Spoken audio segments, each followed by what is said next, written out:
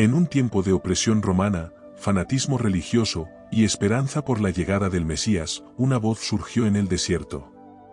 Juan, el Bautista, un hombre radical, vestido con piel de camello, desafió a reyes y religiosos, llamando al arrepentimiento. Con valentía y pasión, él preparó el camino para el Mesías, proclamando un mensaje que sacudió a Israel hasta su raíz. Su misión lo llevó a enfrentar la muerte, pero nunca abandonó su propósito divino. Hoy, en Palabra Viva, acompáñame mientras revelamos una historia de coraje, fe y sacrificio. Mi nombre es Juan, fui conocido como el Bautista, y esta es mi historia. Para comprender la misión de este personaje bíblico trascendental en la historia redentora, debemos retroceder a una época donde el pueblo de Dios, con los rollos de Isaías en sus manos, esperaba ansiosamente la llegada de un precursor que anunciaría al Mesías prometido. Isaías 40:3. Una voz proclama, en el desierto, preparen el camino del Señor, enderecen calzada en la soledad para nuestro Dios. No fue únicamente Isaías quien habló de esta voz. Años más tarde, a través del profeta Malaquías, Dios prometió. Malaquías 4:5 y 6. Antes de que llegue el día grande y terrible del Señor, yo les enviaré al profeta Elías. Él hará que el corazón de los padres se vuelva hacia los hijos, y que el corazón de los hijos se vuelva hacia los padres. ¿Cuándo aparecería este heraldo que prepararía el camino al Mesías? ¿Cuándo se revelaría la gloria de Dios en lo que parecía ser una tierra olvidada por él? El anhelo crecía, 4 siglos pasaron, y justo cuando parecía que toda esperanza se desvanecía, la historia tomó un giro dramático. Un ángel del Señor se apareció de repente a un anciano sacerdote llamado Zacarías, mientras cumplía sus deberes en el lugar santo del templo. Zacarías, íntegro y obediente a los mandamientos del Señor, quedó paralizado por el temor al ver al ángel. Lucas 1:13-20. Pero el ángel le dijo, Zacarías, no temas, porque tu oración ha sido oída, y tu mujer Elisabet te dará a luz un hijo, y llamarás su nombre Juan. Y tendrás gozo y alegría, y muchos se regocijarán de su nacimiento, porque será grande delante de Dios. No beberá vino ni sidra, y será lleno del Espíritu Santo, aún, desde el vientre de su madre. Y hará que muchos de los hijos de Israel se conviertan al Señor Dios de ellos. E irá delante de él, con el espíritu y el poder de Elías, para hacer volver los corazones de los padres a los hijos, y de los rebeldes a la prudencia de los justos, para preparar al Señor un pueblo bien dispuesto. Dijo Zacarías al ángel, ¿en qué conoceré esto? Porque yo soy viejo, y mi mujer es de edad avanzada. Respondiendo el ángel, le dijo, yo soy Gabriel, que estoy delante de Dios, y he sido enviado a hablarte, y darte estas buenas nuevas. Y ahora quedarás mudo, y no podrás hablar, hasta el día en que esto se haga, por cuanto no creíste mis palabras, las cuales se cumplirán a su tiempo. Zacarías conocía muy bien la Torá, y la relación entre las palabras del ángel dichas ese día, y las palabras de Malaquías 400 años atrás. Se iba a romper el silencio. Vendría el rey. Este hijo de Zacarías iba a ser la voz que clamaría en el desierto, y llamaría a las personas a preparar sus corazones para recibir al rey. Mientras tanto, María, una joven virgen prometida en matrimonio a José, también recibía la noticia de un ángel, de que llevaría en su vientre al Mesías, al Salvador prometido. Sorprendentemente, el ángel también le informó sobre el embarazo milagroso de su prima Elisabet, esposa de Zacarías, reforzando la conexión divina entre los futuros nacimientos de Juan y Jesús.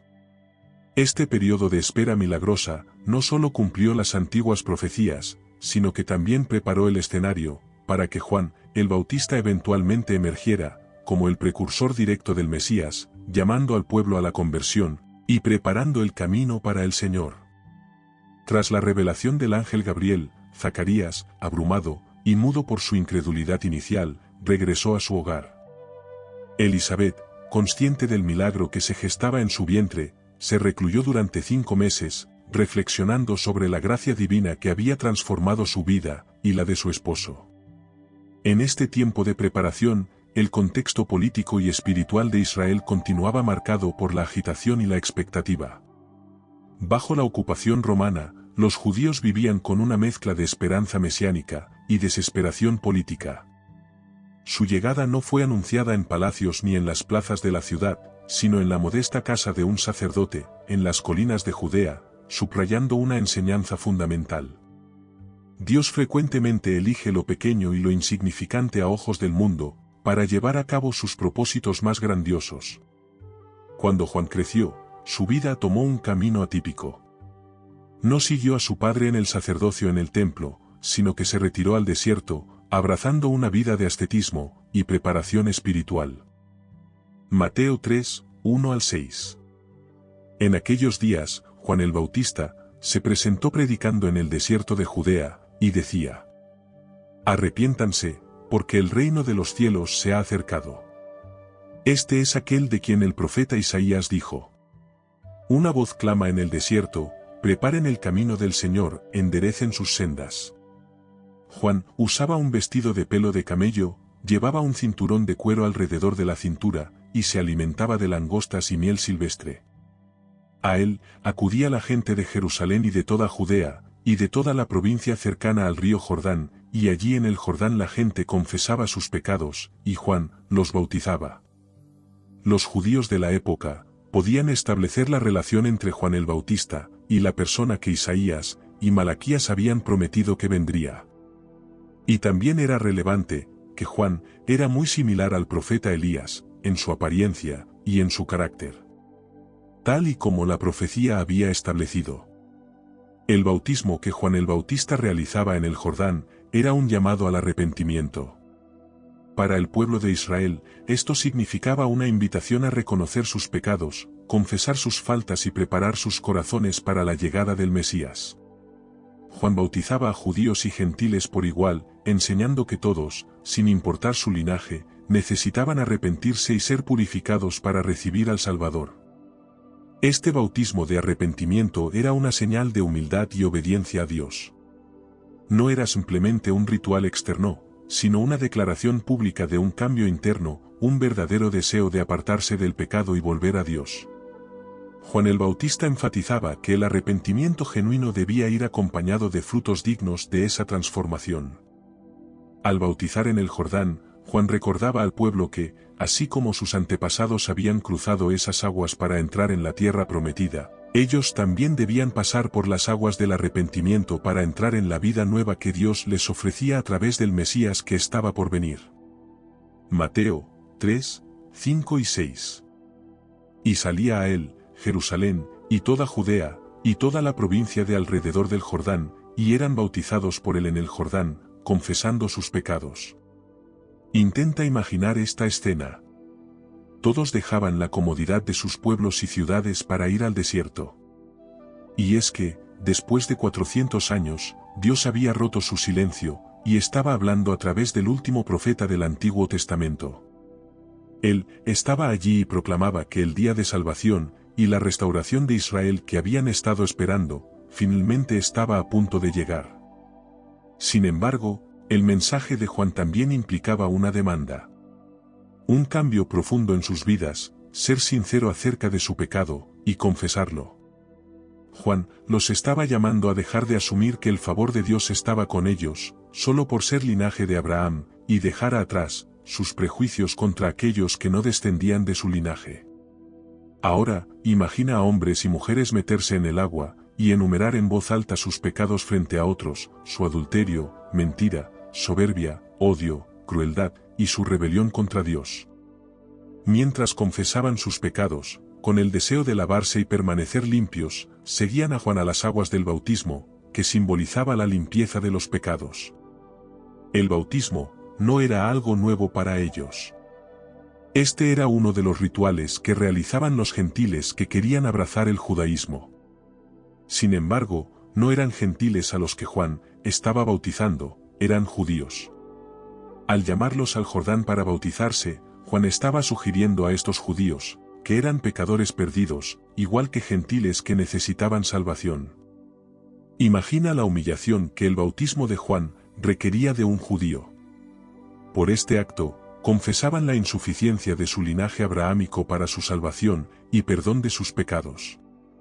Se estaban colocando a sí mismos en un nivel inferior, y se rebajaban a sí mismos como gentiles, aceptando que eran judíos de nacionalidad, pero en su ser eran pecadores igual que los gentiles, y necesitaban volver genuinamente al Señor. Para todos estos judíos que iban a Juan para bautizarse, les eran abiertos los ojos del entendimiento.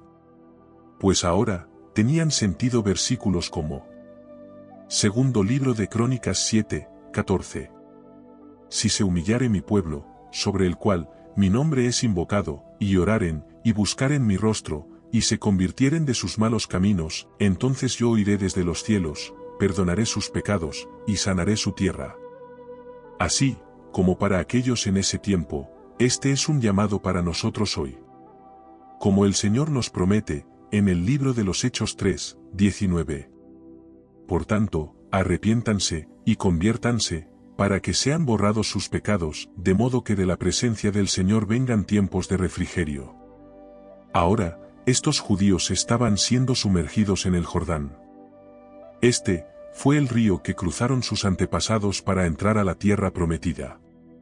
Ahora, nuevamente se sumergen en el Jordán, siendo bautizados, en esta ocasión, no para recibir la tierra prometida, sino para ser lavados de sus pecados, y recibir al Rey de Reyes, y Señor de Señores. Sin embargo, no solo los que estaban dispuestos a arrepentirse iban a escuchar lo que Juan tenía para decir. También iban otros con celos y envidia al ver a Juan, indignados por este nuevo predicador poco ortodoxo en su manera de vestir y predicar, que ahora se había convertido en una amenaza para todos aquellos que solo eran una fachada de religiosidad e hipocresía. Y Juan el Bautista los identificó. Mateo 3:7-10. Cuando él vio que muchos de los fariseos y de los saduceos venían a su bautismo, les decía: generación de víboras, ¿quién les enseñó a huir de la ira venidera? Produzcan frutos dignos de arrepentimiento, y no crean que pueden decir: tenemos a Abraham por padre, porque yo les digo, que aún, de estas piedras, Dios puede levantar hijos a Abraham. El hacha ya está lista para derribar de raíz a los árboles. Por tanto, todo árbol que no dé buen fruto será cortado y echado en el fuego.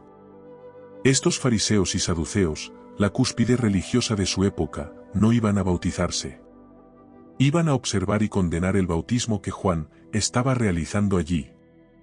Habían trabajado duro para convencer a los judíos, que simplemente, por ser judíos, teniendo a Abraham por padre, y cumplir la ley, tal como ellos la interpretaban, era suficiente para hacerlos aceptables para Dios.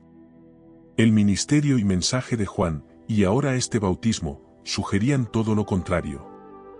Debemos saber que, el arrepentimiento no es solo un pequeño ajuste. No es un ligero acomodamiento de la brújula. Es un giro de 180 grados en la dirección opuesta, que demuestra ser genuino, por el nuevo fruto que nace en la vida de una persona. En los fariseos y saduceos, no había arrepentimiento, por lo tanto, ningún fruto genuino. La élite religiosa presuntuosa e hipócrita, fue al desierto únicamente a condenar a Juan. Eran como muchas personas de hoy que están tan ocupadas con las actividades de la iglesia, o personas que siguieron un ritual religioso en su infancia, y que confían en que son salvas, a pesar de que no hay fruto de genuino arrepentimiento y fe en sus vidas. Si bien, el bautismo de Juan era importante, sabía que no era todo lo que el pueblo de Dios necesitaba. Era una simple preparación para algo que solo el Rey, que él vino a anunciar, podía ofrecer. Como el mismo Juan diría. Mateo 3:11. A decir verdad, yo los bautizo en agua en señal de arrepentimiento, pero el que viene después de mí, de quien no soy digno de llevar su calzado, es más poderoso que yo. Él los bautizará en Espíritu Santo y fuego. Juan sabía que su bautismo externo era simbólico de una limpieza interna. Vendría uno que podía hacer esa limpieza interior con fuego purificador, uno que podía dar vida a las personas espiritualmente muertas. Hasta que fue alguien para ser bautizado por Juan, que no necesitaba limpieza ni arrepentimiento. El Señor Jesús mismo se presentó ante Juan para bautizarse, y esta fue la reacción de Juan. Mientras Jesús caminaba desde Galilea hasta el Jordán, para ser bautizado por Juan, surgió una pregunta importante. ¿Por qué Jesús, el Hijo de Dios, iría a Juan para recibir el bautismo? Como nos dice Mateo 3, 13 al 17, Juan se sorprendió. «Yo necesito ser bautizado por ti, ¿y tú vienes a mí?» Pero Jesús respondió. «Deja ahora, porque así conviene que cumplamos toda justicia». ¿Qué significa cumplir toda justicia? Cuando Jesús se acercó a Juan para ser bautizado, Juan se sorprendió, pues sabía que el Hijo de Dios no tenía pecado del cual arrepentirse. Sin embargo, el bautismo de Jesús tenía un propósito mucho más profundo. Jesús explicó que era necesario cumplir toda justicia. Este acto no era un signo de arrepentimiento, sino una consagración pública para el ministerio que estaba a punto de comenzar.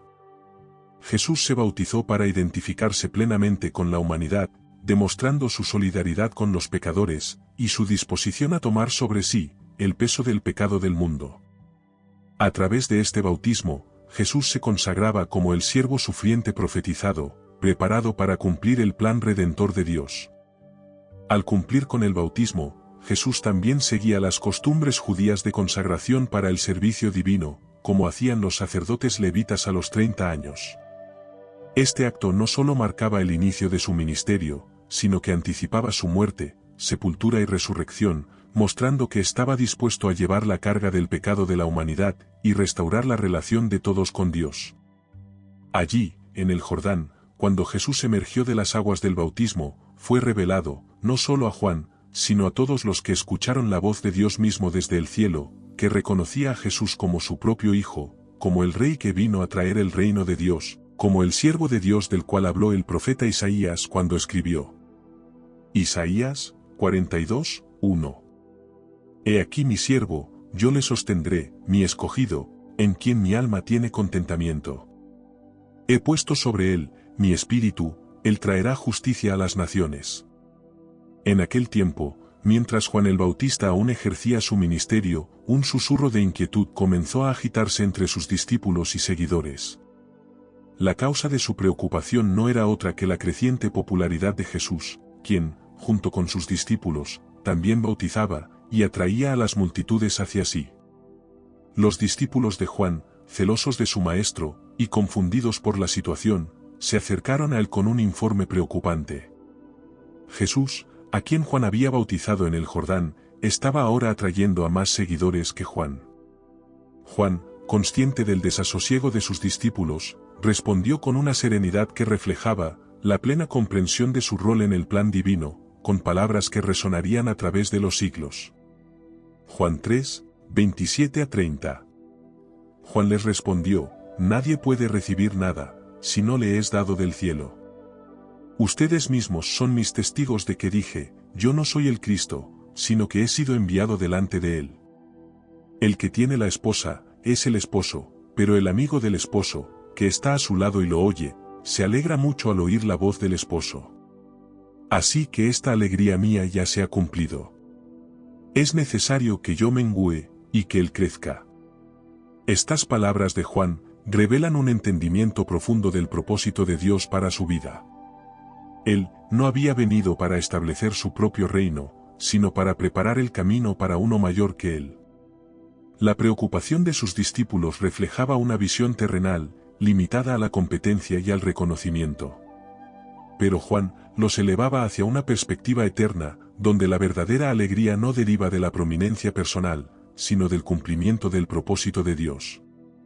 En este contexto, la afirmación de Juan, «es necesario que yo mengüe y que él crezca», es tanto una poderosa enseñanza sobre el carácter del verdadero discipulado. Juan comprendía que su papel era transitorio, diseñado por Dios para ser temporal, y específicamente orientado a introducir al Mesías. Su aceptación de disminuir en importancia, mientras Jesús aumentaba, refleja una madurez espiritual notable, y un modelo para todos nosotros los creyentes. Como nos promete el mismo Señor Jesús, en Mateo 23, 12. Porque el que se enaltece, será humillado, y el que se humilla será enaltecido. Juan el Bautista nos desafía a valorar el crecimiento del reino de Dios por encima de nuestra propia estatura o éxito. A través de su vida y su interacción con Jesús, nos muestra que la esencia de la verdadera grandeza en el reino de Dios no se mide por cuántos nos siguen o nos reconocen, sino por la fidelidad con la que cumplimos el propósito de Dios para nuestras vidas, facilitando que el Evangelio se propague. Juan el Bautista nos desafía a valorar el crecimiento del reino de Dios, por encima de nuestra propia estatura o éxito. ¿En qué áreas de tu vida necesitas menguar para que Cristo crezca? Si hasta ahora te gusta nuestro contenido, recuerda seguir nuestro canal, dejar tu like, y escribir tus comentarios y reflexiones acerca de esta hermosa historia. En un punto crucial de su ministerio, Juan el Bautista enfrentó una situación que definiría su legado como precursor del Mesías. Sus propios discípulos comenzaron a seguir a Jesús, marcando un momento significativo, tanto en la transición de su ministerio, como en la historia del liderazgo cristiano. Este movimiento no fue una pérdida para Juan, sino un cumplimiento de su propósito divino, guiar a todos hacia Cristo. Cuando Juan volvió a ver al Señor Jesús, y volvió a decir exactamente lo mismo, pero esta vez la reacción en algunos de los discípulos de Juan resuena en la eternidad. Juan 1, 35 a 37. Al día siguiente Juan estaba otra vez allí, con 2 de sus discípulos. Al ver a Jesús que pasaba, dijo, «He aquí el Cordero de Dios». Los 2 discípulos lo oyeron hablar así, y siguieron a Jesús. Entre los discípulos mencionados estaba Andrés, hermano de Simón Pedro. Después de escuchar la declaración de Juan, Andrés siguió a Jesús, y encontró a su hermano, llevándolo a Jesús. De esta manera, el liderazgo de Juan impactó más allá de su contacto directo. Otro discípulo prominente que dejó a Juan el Bautista, y siguió al Señor Jesús este camino, fue Juan, el hijo de Zebedeo, quien, junto con su hermano Santiago, se convertiría en una figura central en los primeros días de la Iglesia cristiana. Este, luego sería el apóstol Juan, escritor de uno de los Evangelios, y también del libro de Apocalipsis, y reconocido por ser el más joven, y muy amado discípulo del Señor Jesús. La transición de los discípulos de Juan a discípulos del Señor Jesús no solo destaca la humildad de Juan, sino también su éxito como líder espiritual. Juan el Bautista se quedó sin discípulos, pues los llevó todos a Jesús. Este debe ser el máximo propósito del liderazgo cristiano. Juan no vio el ministerio como una plataforma para su propia gloria, sino como una misión para revelar a Jesús al mundo. Su alegría completa se encontró en el éxito de su misión, no en su propia prominencia. En nuestras propias vidas y ministerios, ¿estamos buscando que otros nos sigan a nosotros, o los estamos guiando hacia Cristo? Juan el Bautista nos recuerda que el liderazgo verdadero y efectivo significa preparar el escenario para que Cristo brille, asegurando que nuestro trabajo y nuestras vidas apunten hacia el Salvador, no hacia nosotros mismos.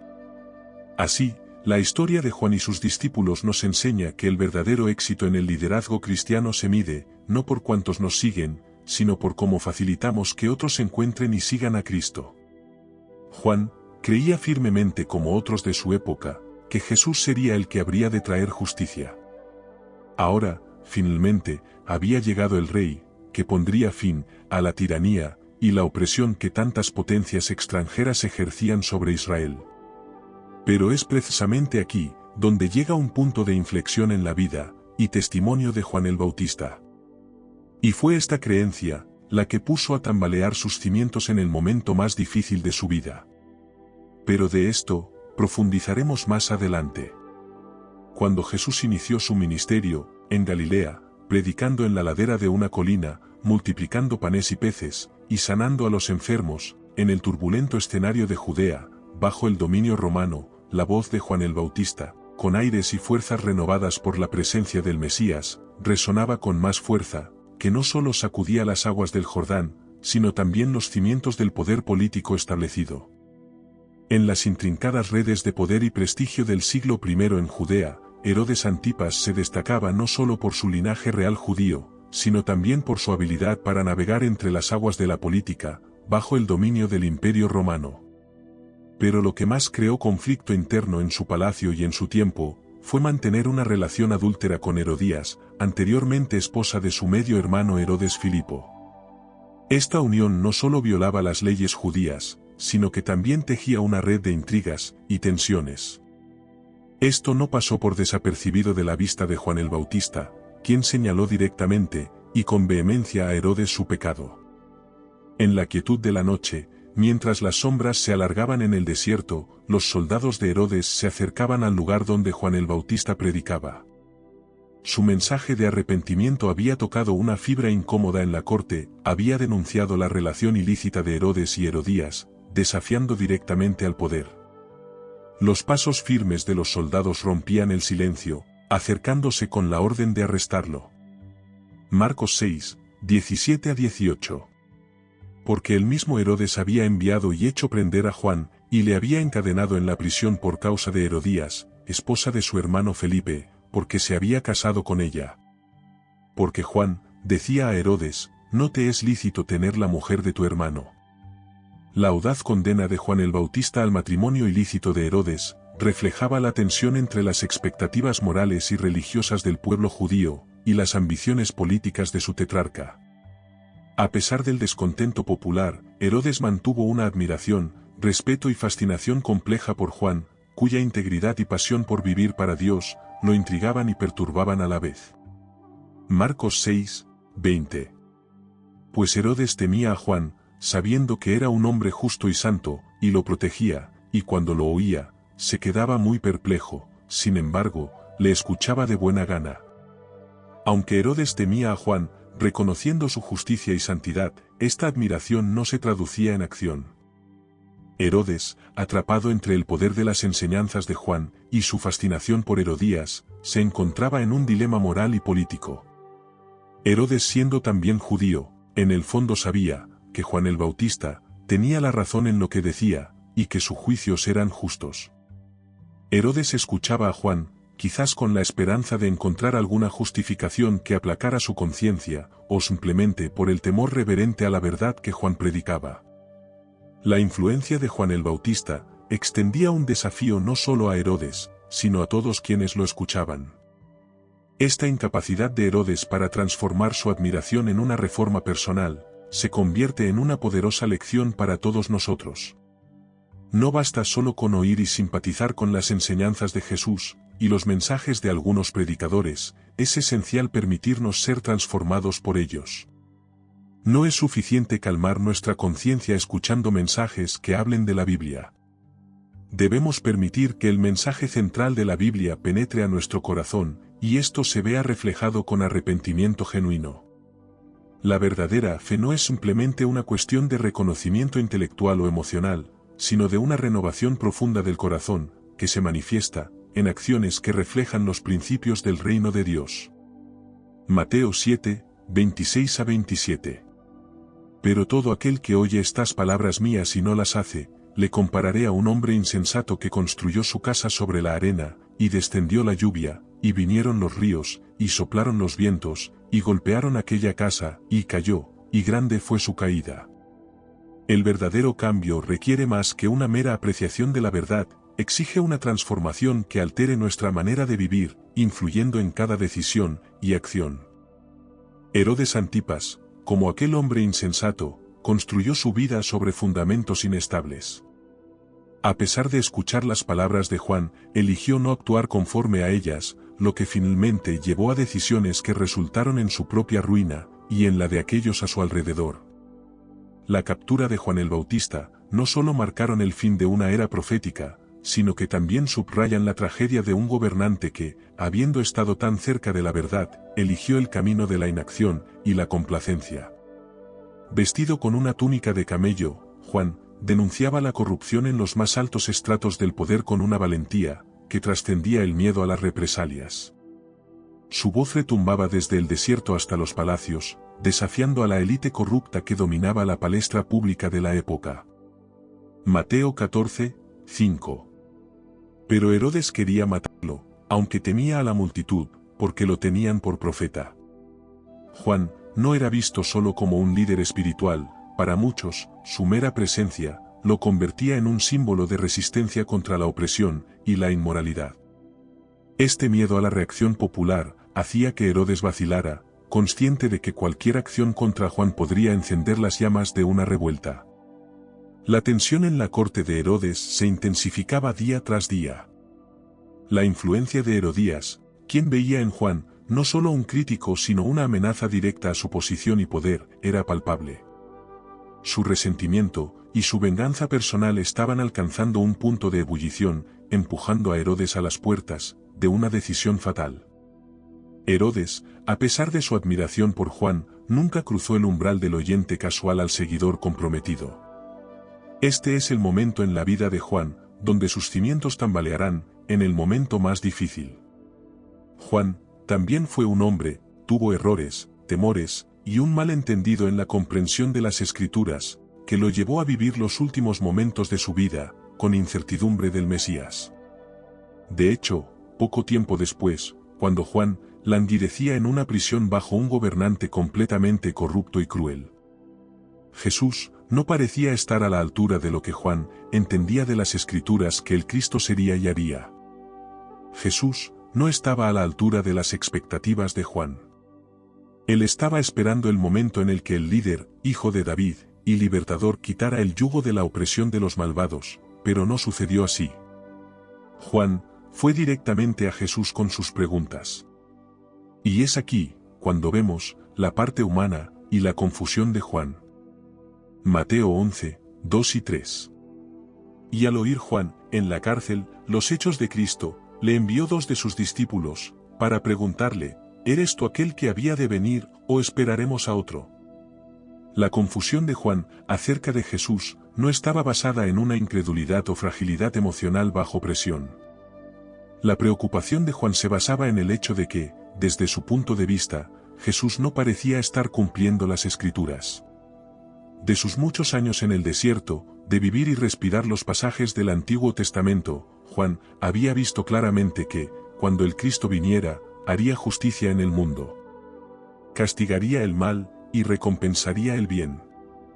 El mensaje de Juan a las personas de su época, basado en las Escrituras, era que el hacha está puesta a la raíz de los árboles, pero estaba escuchando noticias de Jesús que limpiaba a un leproso, sanaba al criado de un centurión, y echaba fuera demonios de un hombre. Juan imagina las cosas malvadas que este hombre endemoniado debe haber hecho en su comunidad, que merecían juicio, no misericordia. Juan comenzó a preguntarse: ¿dónde está el hacha? ¿Y cuándo empezará Jesús a empuñarla?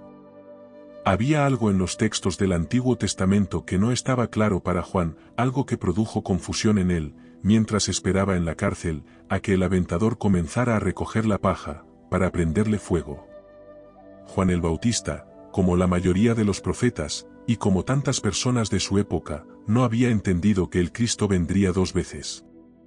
La primera vez para proclamar su reino, y morir en sacrificio una vez y para siempre por los pecadores, y la segunda vez para establecer su reino, y destruir a sus enemigos. Juan esperaba que todo lo que habían prometido los profetas del Antiguo Testamento, tuviera lugar en un día monumental del Señor, en su primera venida. Mateo 11, 4 al 6. Jesús respondió a los mensajeros: vayan donde está Juan, y cuéntenle todo lo que han oído, y lo que me han visto realizar. Cuéntenle que los ciegos ven, los paralíticos andan, los leprosos se curan, los sordos oyen, los muertos resucitan, y que anuncio las buenas nuevas a los pobres. Díganle, además, que benditos son los que no dudan de mí. Jesús sabía que las dudas de Juan se basaban en su comprensión de las Escrituras, por lo que utilizó ese mismo pasaje para abordar la confusión de Juan.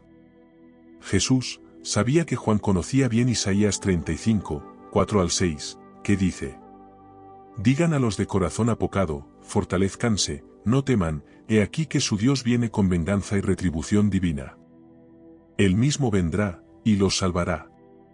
Estas palabras habían dado forma a las expectativas de Juan, pero el pasaje continuaba diciendo: entonces los ojos de los ciegos serán abiertos, y los oídos de los sordos se abrirán. Entonces el cojo saltará como un ciervo, cantará la lengua del mudo, porque aguas serán cavadas en el desierto, y torrentes en la soledad. Juan necesitaba que le recordaran el ministerio de sanidad del Mesías prometido, no solo su venganza prometida. Jesús sabía que Juan estaba familiarizado con la proclamación de Isaías 61, sobre el día de venganza del Dios nuestro, pero antes de ese día, según Isaías 61, debía haber un día para traer buenas nuevas a los pobres, un día para vendar a los quebrantados de corazón, un día para proclamar el favor del Señor. Jesús llevó a Juan directamente desde los pasajes que enfatizan el juicio del Mesías, y lo llevó a las partes de tales pasajes que hablan del ministerio de sanidad y proclamación de las buenas nuevas. Todavía no era tiempo del hacha. Todavía no era tiempo del fuego. Juan necesitaba esperar a que se desarrollara todo el drama de la historia redentora. Sin embargo, por supuesto, Juan no estaría presente para contemplar el suceso central de la historia redentora. Juan no estaría cerca para ver con sus mismos ojos al siervo sufriente de Isaías 53, herido por nuestras rebeliones, molido por nuestros pecados.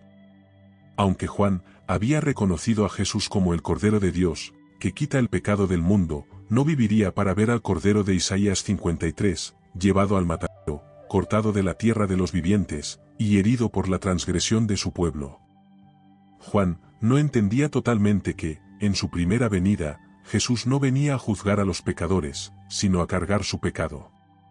Jesús no venía a castigar a los transgresores, sino a ser contado entre ellos.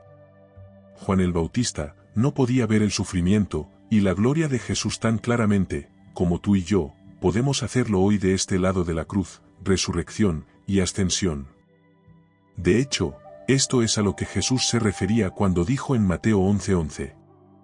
Les aseguro que no ha nacido nadie mayor que Juan el Bautista, sin embargo, el más pequeño en el reino de los cielos es mayor que él. Juan el Bautista fue el mayor de los profetas, porque no solo inquirió e indagó acerca de Cristo, sino que vio y experimentó a Cristo en su vida, lo que ningún otro profeta del Antiguo Testamento había hecho. Sin embargo, tú y yo, y todos los creyentes que vivimos de este lado de Pentecostés, somos más grandes que Juan el Bautista, porque no solo hemos leído, y esperamos el día que nos dé el nuevo corazón de carne, sobre el que el profeta Ezequiel escribió, sino que lo hemos experimentado. Juan tenía su corazón puesto en el reino de Dios, y el Rey venidero. Anhelaba que viniera a traer justicia a este mundo. Juan tenía la mente llena de la palabra de Dios, aunque no la entendiera de manera perfecta y cabal. Sin embargo, si estamos tentados a pensar que la santidad de Juan lo hacía inmune a la crueldad de los malhechores, estamos muy equivocados. Juan, un hombre cuya vida entera estaba orientada a llamar a las personas al arrepentimiento y a la fe. Su mensaje proclamaba que el reino de Dios estaba cerca, e incluso Herodes tendría que inclinarse y doblar sus rodillas ante el Rey divino. Juan tomaba la palabra de Dios y su obediencia muy en serio. Su misión no era la de halagar a la corte de Herodes, sino la de convocar a todos a un cambio radical, a la conversión verdadera, que solo viene de confrontar y rechazar el pecado. ¿Por qué Juan no optó por predicar simplemente sobre el amor y su poder transformador? Porque para Juan, el amor verdadero no consistía en tolerar todo comportamiento, sino en buscar la verdadera justicia, la pureza, y valores que se pierden cuando el amor se malinterpreta, como mera aceptación. Algo que hoy afecta a algunas iglesias, y su evangelio humanista, que diluye la verdad de la palabra, llamando a lo malo bueno, y a lo bueno malo. El que lee, que entienda. Juan, descrito como varón justo y santo, sabía que el amor verdadero a veces requiere hablar duras verdades. La palabra revela la confrontación directa de Juan hacia Herodes. Marcos 6, 18. No te es lícito tener a la mujer de tu hermano. En este acto, Juan no solo estaba en desacuerdo con una decisión personal de Herodes, sino que estaba desafiando un arreglo que era políticamente conveniente, pero moralmente corrupto. Proverbios 28:13 afirma: el que encubre sus pecados no prosperará, mas el que los confiesa y se aparta alcanzará misericordia. Esta enseñanza ilustra el núcleo del mensaje de Juan. La verdadera misericordia y el amor divino no se encuentran encubriendo o ignorando el pecado, sino enfrentándolo directamente y apartándose de él. Reflexionar sobre este aspecto de la vida de Juan nos invita a considerar cómo aplicamos el concepto de amor en nuestras propias vidas. ¿Estamos dispuestos a soportar la incomprensión e incluso el rechazo para mantenernos firmes en nuestros principios? En la vida de Juan, encontramos un modelo de amor, que no teme al conflicto cuando se trata de defender lo que la palabra de Dios ha establecido, así para muchos, no sea políticamente correcto. Herodes y Herodías no tenían interés en obedecer a Dios, solo querían seguir sus deseos sexuales y políticos. Solo querían seguir lo que dictara su perverso corazón, y no la ley de Dios. Tuvieron la oportunidad de arrepentirse y reconciliarse con Dios a través del ministerio de Juan el Bautista. Sus repetidos llamados al arrepentimiento hicieron enojar tanto a Herodías, que quería matar a Juan, y comenzó a buscar una oportunidad para hacerlo, hasta que la encontró. Marcos 6, 21 al 28. Pero venido un día oportuno, en que Herodes, en la fiesta de su cumpleaños, daba una cena a sus príncipes y tribunos y a los principales de Galilea. Entrando la hija de Herodías, danzó, y agradó a Herodes, y a los que estaban con él a la mesa. Y el rey dijo a la muchacha, pídeme lo que quieras, y yo te lo daré. Y le juró, todo lo que me pidas te daré, hasta la mitad de mi reino. Saliendo ella, dijo a su madre, ¿qué pediré? Y ella le dijo, la cabeza de Juan el Bautista. Entonces ella entró prontamente al rey, y pidió diciendo, quiero que ahora mismo me des, en un plato la cabeza de Juan el Bautista. Y el rey se entristeció mucho, pero a causa del juramento, y de los que estaban con él en la mesa, no quiso desairarla. Y enseguida el rey, enviando a uno de la guardia, mandó que fuese traída la cabeza de Juan. El guarda fue, le declaró en la cárcel, y trajo su cabeza en un plato, y la dio a la muchacha, y la muchacha la dio a su madre.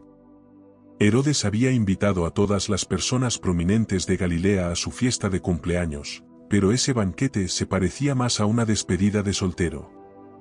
Cuando la hija de Herodías entró y danzó, y agradó a Herodes y a sus invitados.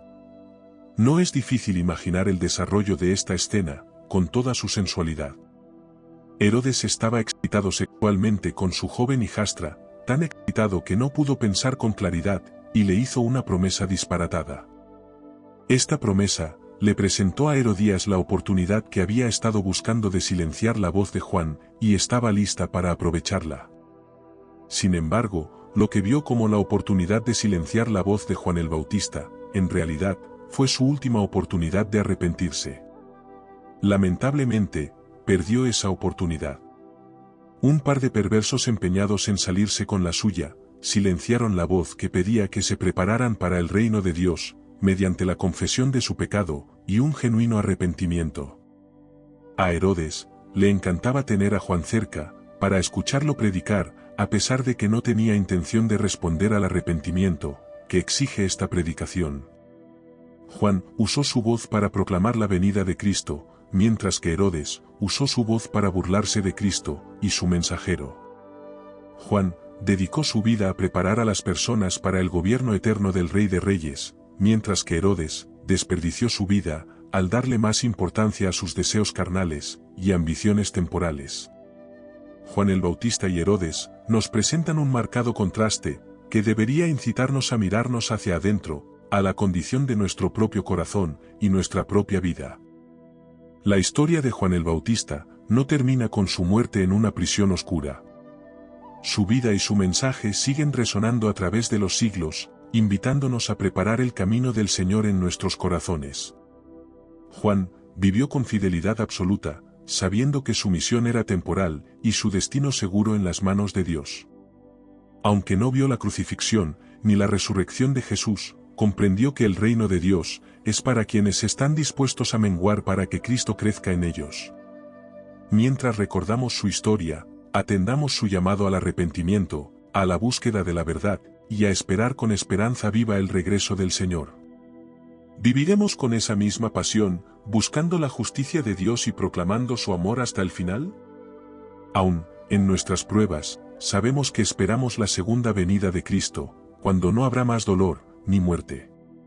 Su reino será de justicia y paz eternas, y los que perseveren recibirán la corona de la vida. Vivamos con esa esperanza ferviente, confiando en que sus promesas nunca fallan. Como dice la primera carta a los Tesalonicenses 4, 16-17.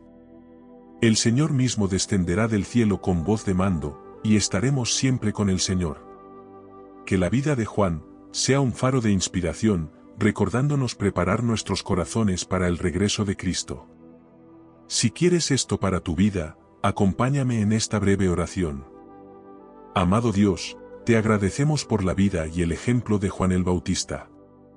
Ayúdanos a ser valientes como él, a proclamar tu verdad sin miedo, y a vivir con la misma esperanza en el regreso del Señor Jesús. Danos la gracia de disminuir, para que tú crezcas en nosotros, y enséñanos a confiar en tus promesas, aun cuando no entendamos tu plan por completo. Que nuestras vidas siempre reflejen tu amor y tu justicia, hasta el día en que podamos verte, cara a cara. Amén. Como Juan el Bautista, cada uno de nosotros tiene un papel en el gran plan de Dios. Él nos llama a ser luz en la oscuridad, voces que claman en el desierto de este mundo, preparando el camino para la venida de Cristo. Hoy, te invito a ser parte de esta misión, ayudándonos a llevar este mensaje de esperanza y salvación a más personas. Si esta historia de Juan el Bautista ha tocado tu corazón, suscríbete a nuestro canal y comparte este mensaje con otros. Cada like, cada suscripción, cada comentario, cada vez que compartes este vídeo, estás ayudando a que el reino de Dios se extienda, y que más personas conozcan la verdad y la gracia de nuestro Señor Jesucristo. No subestimemos el poder de un clic o una palabra. Tú puedes ser el instrumento que Dios use para que otros oigan su mensaje y encuentren esperanza en medio de sus circunstancias. Únete a nosotros en esta misión de llevar luz al mundo, y juntos preparemos el camino para el regreso de nuestro Rey. Esperamos leer tu comentario, comparte tu testimonio, y suscríbete si quieres recibir más mensajes que inspiren y fortalezcan tu fe. Que Dios te bendiga, y te use poderosamente para su gloria.